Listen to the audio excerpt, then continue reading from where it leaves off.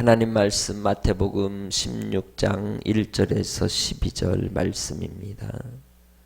바리새인과 사두개인들이 와서 예수를 시험하여 하늘로부터 오는 표적 보이기를 청하니 예수께서 대답하여 이르시되 너희가 저녁에 하늘이 붉으면 날이 좋겠다 하고 아침에 하늘이 붉고 흐리면 오늘은 날이 굳겠다 하나니 너희가 날씨는 분별할 줄 알면서 시대의 표적은 분별할 수 없느냐.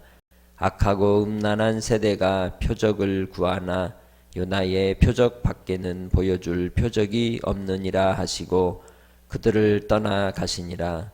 제자들이 건너편으로 갈새 떡 가져가기를 잊었더니 예수께서 이르시되 삼가 바리새인과 사두개인들의 누룩을 주의하라 하시니 제자들이 서로 논의하여 이르되 우리가 떡을 가져오지 아니하였도다 하여거늘 예수께서 아시고 이르시되 믿음이 작은 자들아 어찌 떡이 없으므로 서로 논의하느냐.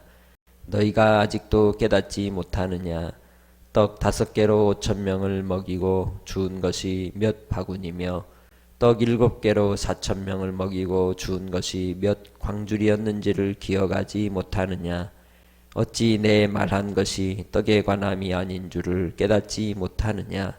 오직 바리새인과 사두개인들의 누룩을 주의하라 하시니 그제서야 제자들이 떡의 누룩이 아니요 바리새인과 사두개인들의 교훈을 삼가라고 말씀하신 줄을 깨달으니라. 아멘. 예수님께서는 그 나무는 그 열매로 알 수 있다고 하셨습니다. 어떤 의도를 가지고 어떤 생각을 가지고 있느냐는 그가 살아온 발자취를 찾아보면은 분명히 알 수 있는 것이죠. 그 사람의 그 속 생각이 그의 삶의 모습 속에서 반드시 나타나게 되어 있고 흔적이 남을 수밖에 없는 것입니다. 오늘 본문에 나오는 예수님의 가르치심의 교훈을 받지 않고 오직 예수님을 시험하려 하는 이들이 계속 예수님을 따라 붙었습니다.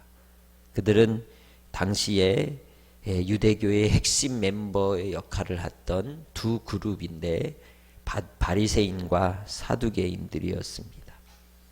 많은 사람들이 예수님이 이제 선지자로 혹은 다윗의 자손으로서 놀라운 일들을 행하는 것을 보고 또 고침을 받기 위해서 말씀의 가르침을 듣기 위해서 따라다닐 때에 그 사이에 끼어서는 예수님을 시험하고자 잠입 취재하는 이들이 있었으니 그들이 바로 바리새인과 사두개인들이었습니다.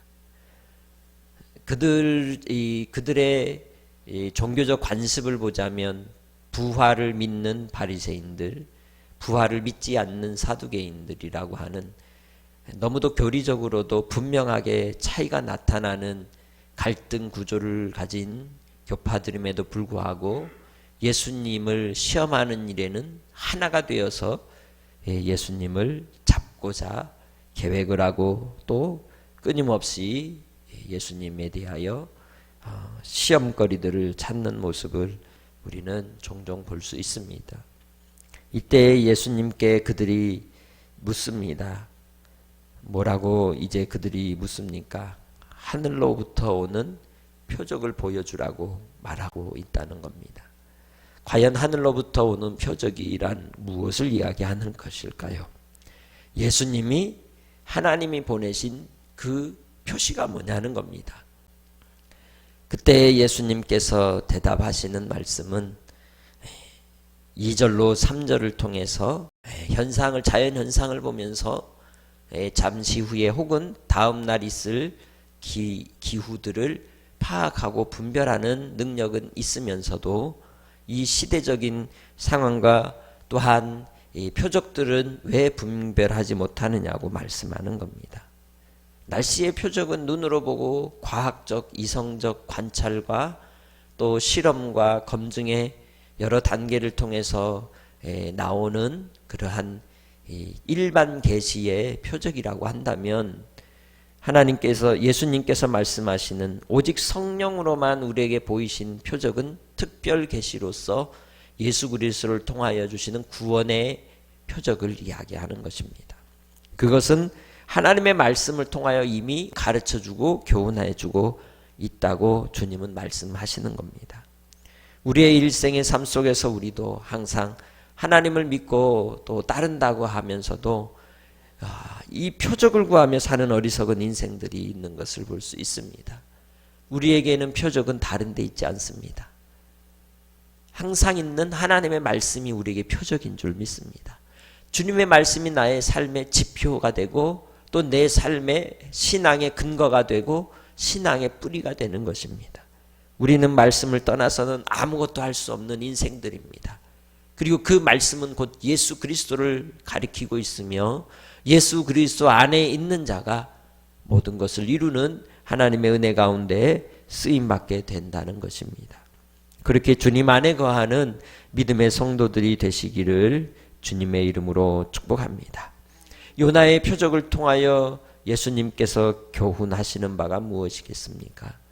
그것은 바로 니느웨의 성에 비록 이방인이었지만 그들의 회개를 통해서 이 시대 속에 살았던 바리새인들과 사두개인들이 자기들의 오름이 하나님 앞에 정죄당하는 심판이 있을 것을 경고하시는 내용이고, 또 다른 한편으로 예수 그리스도께서 요나가 사흘 밤낮을 물고기 뱃속에 있었다가 나온 것처럼 예수님께서 죄와 사망을 이기시고 3일 만에 부활하실 것을 칭하고 있는 것입니다.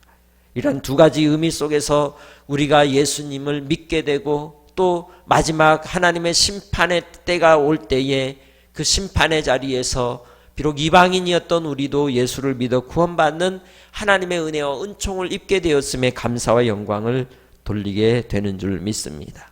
그렇기에 우리는 예수님의 죽으심과 또한 예수님께서 우리를 위해 고난당하신 그 구속의 은혜를 따라 오늘도 예수 신앙으로 한날의 삶을 살아가는 믿음의 권속들이 되시기를 주님의 이름으로 축복합니다. 이 악하고 음란한 세대는 항상 표적을 구한다고 주님이 말씀하십니다. 그들의 마음에 그들의 입맛에 맞는 그러한 종교적인 행위들과 신비주의적인 모습들 속에 그들의 마음이 항상 홀려 넘어가는 삶을 살고 있다는 것입니다. 그러나 우리는 주님 안에서 항상 살아있는 말씀으로서 시대를 분별하며 살아가시기를 주님의 이름으로 축복합니다. 항상 말씀입니다. 살아있는 하나님의 말씀으로 우리는 사는 것입니다. 마태복음에서 4장에서도 말씀하신 것처럼 사람이 떡으로만 살 것이 아니요 하나님의 입에서 나오는 모든 말씀으로 사는 것입니다. 이렇게 바리새인들과 사두개인들이 예수님을 오해했다면 예수님을 따라다니는 이 제자들도 예수님을 오해합니다. 왜 그럴까요? 이 세상에 우리가 발을 딛고 살기 때문에 우리의 생각에 관심이 항상 먹을 것과 입을 것과 마실 것과 우리의 경제적인 필요를 채우는 일에 마음이 빼앗겨 있기 때문임을 우리는 볼 수 있다는 것입니다. 예수님께서 제자들을 데리고 갈릴리 호수첩 건너편으로 다시 돌아가실 때에 일어난 이 기록이 5절부터 나오고 있습니다. 이때에 제자들은 떡 광주리에 남겨져 있던 그 음식들을 챙기지 못한 채 바삐 분주히 길을 채비를 하고 나왔던 것이죠. 그래서 그러한 가운데 예수님께서 6절에 말씀하신 것입니다. 삼가 바리새인과 사두개인들의 누룩을 주의하라. 예수님께서는 그냥 던지시는 말씀이 아닌 것입니다.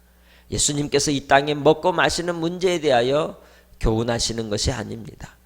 분명히 우리 주님은 하나님 나라의 일을 가르치시고 전파하셨고 또한 그들을 깨우쳐 주신 교훈의 말씀을 그들에게 항상 하셨습니다. 이때의 제자들이 7절에 뭐라고 서로 핑계대면서 다투었습니까? 우리가 서로 떡을 가져오지 아니하므로 그들이 서로 논의하면서 이게 어떻게 된 일인지 걱정하고 염려하고 있었던 것이죠. 8절로 예수님이 말씀합니다. 그들이 떡이 없으므로 서로 논의하는 것은 무엇 때문이다? 믿음이 뭐하기 때문이다? 작기 때문이다. 이 땅의 삶을 살아가면서 우리도 신앙생활을 하며 성령의 충만함의 은혜를 입을 때는 믿음 있는 자처럼 살다가도 어느 순간 우리의 필요가 사라지게 되고 우리의 삶의 경제적인 상황에 어려움이 닥치면 언제 그랬냐는 듯이 믿음 없는 자가 되는 것이 우리의 현실입니다. 그러나 우리 주님 말씀하십니다. 아직도 깨닫지 못하느냐라고. 주님의 능력을 부인하는 자로 살아가는 어리석은 인생들에 대한 책망이라고 말할 수 있습니다. 분명히 우리 주님은 능히 모든 것을 하실 수 있는 분인 줄 믿습니다. 그래서 우리가 하나님 말씀으로 사는 것이고 하나님의 말씀이 우리 믿음의 근거가 되는 것이고 전부가 되는 것입니다. 예수 그리스도 그분이 능히 모든 것을 이루실 줄 믿습니다.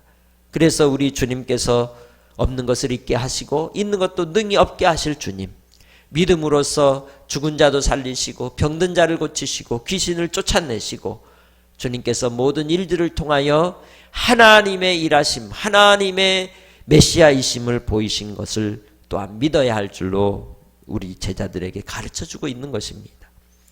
이 땅에서 우리가 예수를 믿게 되었던 처음 자리에서, 첫사랑의 자리에서 그 크신 은혜를 입었던 성령의 충만함과 회개의 심령으로 애통하며 하나님께 돌아왔던 그 첫 자리에서 다시금 주님의 사랑의 풍성함을 회복하는 믿음의 성도들이 되시길 주님의 이름으로 축복합니다. 그러지 않으면 우리는 다시금 예수님이 경계하신 것처럼 바리새인과 사두개인의 누룩에 빠질 수 있습니다. 예수를 믿고 신앙생활을 하면서 우리도 어느 순간 바리새인과 사두개인들의 액세서리가 옷에 걸쳐지고 몸에 걸쳐지면서 일상 삶의 가장 중요한 영생의 삶을 누리지 못하고 군더더기에 빠져 껍데기 신앙이 될 수 있음을 주님께서 경고하고 있는 것입니다. 우리는 종교적인 종교인으로서의 삶을 살아서는 안 됩니다. 오직 예수 안에서 믿음으로써 하나님의 말씀을 따라 진리의 편에 서서 영생을 누리며 살아가는 하나님의 백성들이 되시기를 주의 이름으로 축복합니다.